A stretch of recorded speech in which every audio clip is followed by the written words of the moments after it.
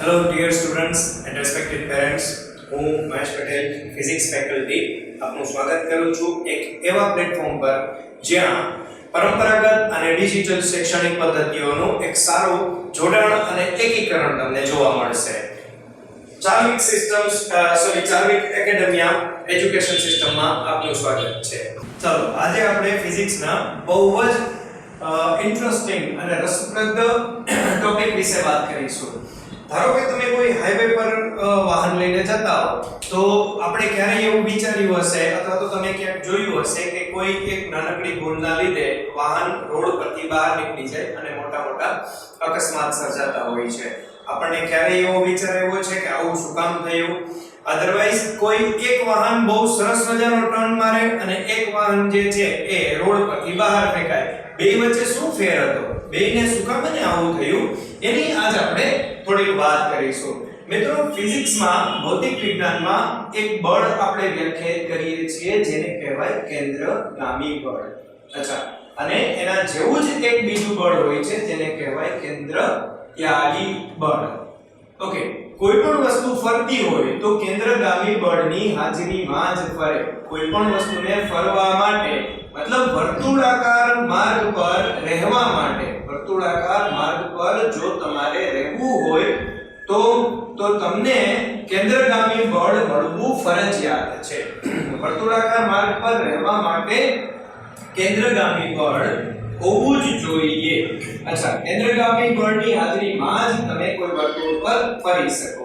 Okay, એ જ રીતે જો એ બળ કેન્દ્રત્યાગી બળમાં પરિણમે અથવા તો એમાં પરિવર્તન પામે તો વર્તુળાકાર માર્ગ પરથી બહાર ફેંકાઈ જવાય. અચ્છા, બહાર ફેંકાઈ જવાય મતલબ તમે એ વર્તુળના પરિઘને છોડી દેશો.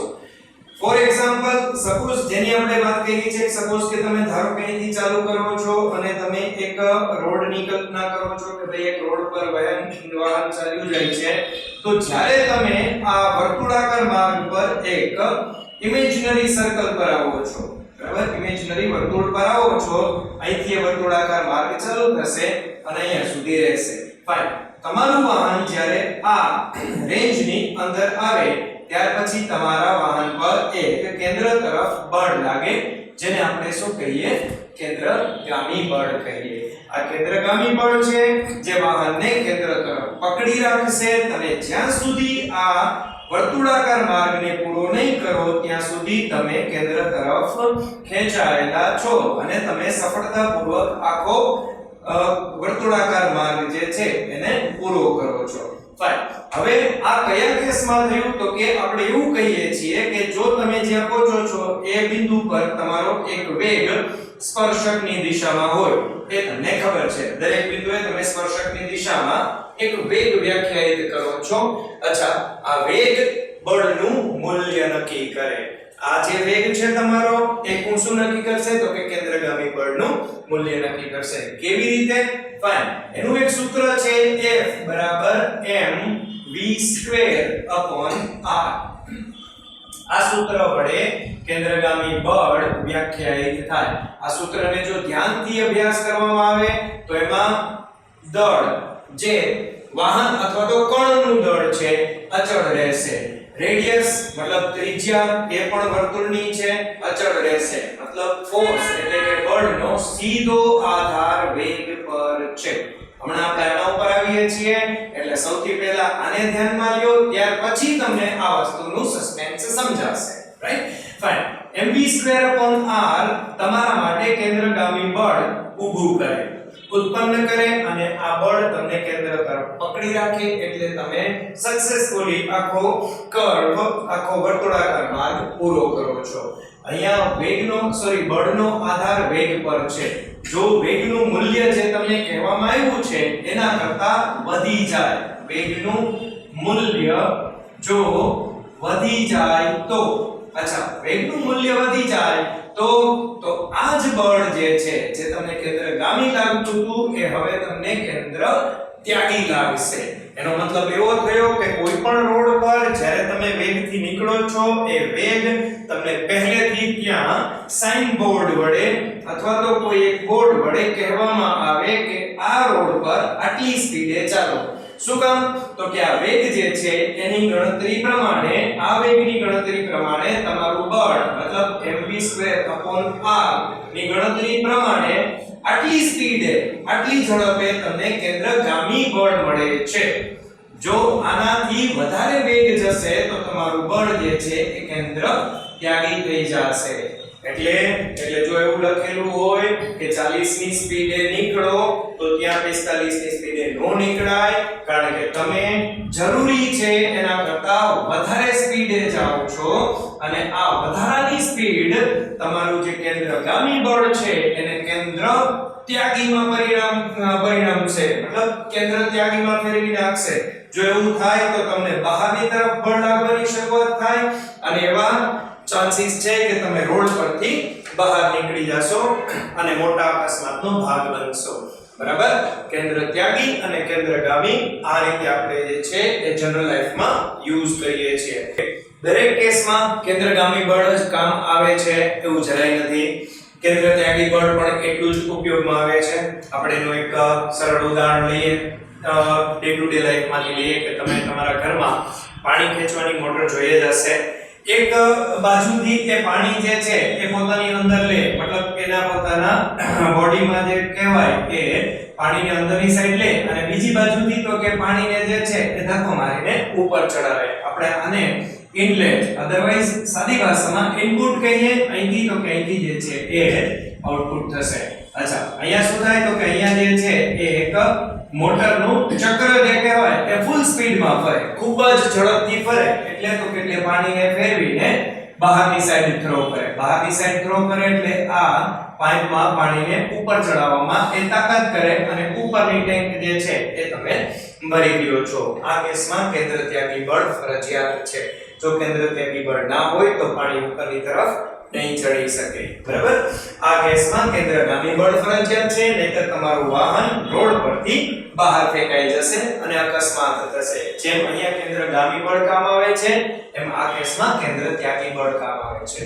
મિત્રો, આવું બધું ફિઝિક્સમાં ઘણું બધું છે જેને આપણે બહુ ઇન્ટરેસ્ટિંગલી ભણીશું અને એના ઉપરથી એમસીક્યુ પણ સોલ્વ કરીશું. બરાબર? એના માટે તમે આવો અને લાઈવ મળીએ ચાર્વિક એકેડેમિયામાં. Thank you.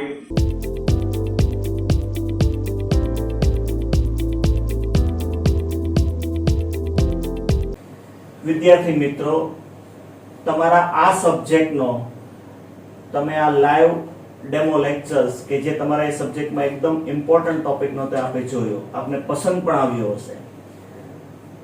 અમે અહીંથી જ અટકી જતા નથી. આ તો એક ચાર્વિક એકેડેમિયાના સાગરમાંથી અમે તમને એકમ સમજો ને કે ગાગર, આપણે કહીએ ને સાગરમાંથી ગાગર જેવું દેખાડ્યું તમને.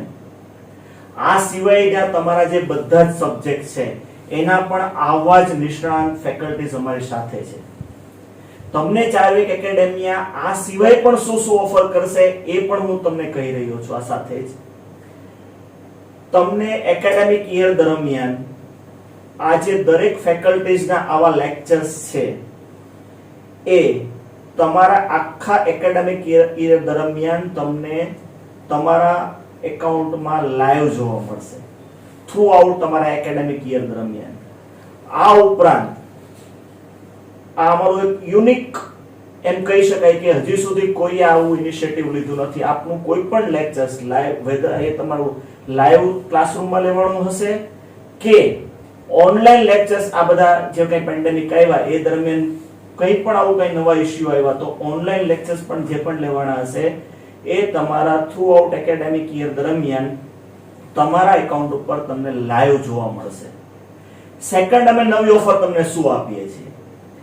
બધી જ ઇન્સ્ટિટ્યૂટમાં આપને ખબર જ છે કે દરેક ચેપ્ટર અને ટોપિક વાઇઝની ટેસ્ટો નોર્મલી લેવાય જ છે. તો ચાર્વિક એકેડેમી આપણને જેમ લેક્ચર્સમાં એક યુનિક ઓફર કરે છે એમ એક્ઝામમાં પણ તમને એક યુનિક ઓફર આપવાનું છે. તમારી એક્ઝામ જેમ કે નીટ છે પેન પેપર બેઝ છે, જેડબલઈ છે એ તમારી ઓનલાઈન કોમ્પ્યુટર બેઝ છે.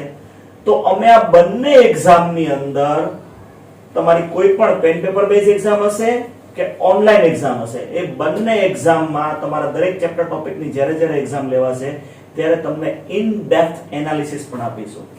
અને આ એનાલિસિસ તમારો ટાઈમ, તમારી દરેક જે કંઈ તમારી સાથે સ્ટુડન્ટ છે એ બધાની એક એનાલિસિસ રિપોર્ટ પણ એ પણ આપશે કે તમે કેટલો ટાઈમ દરેક ક્વેશ્ચનમાં કાઢ્યો છે, બીજા સ્ટુડન્ટે કેટલો ટાઈમ ક્વેશ્ચનમાં કાઢેલો છે, કયા ટોપિક કે કયા ચેપ્ટર્સમાં તમે વધારે વીક છો.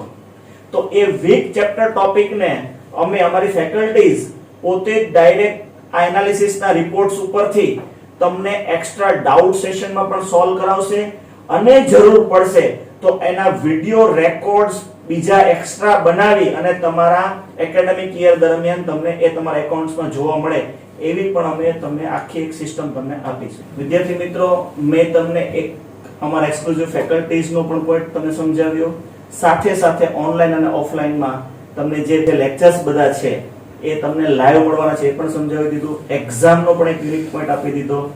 આ સિવાય જ્યારે પણ તમે અમારી સાથે જોડાવા આવશો ત્યારે તમને 7 ડેઝ ફ્રી ડેમો લેક્ચર પણ આપવામાં આવશે.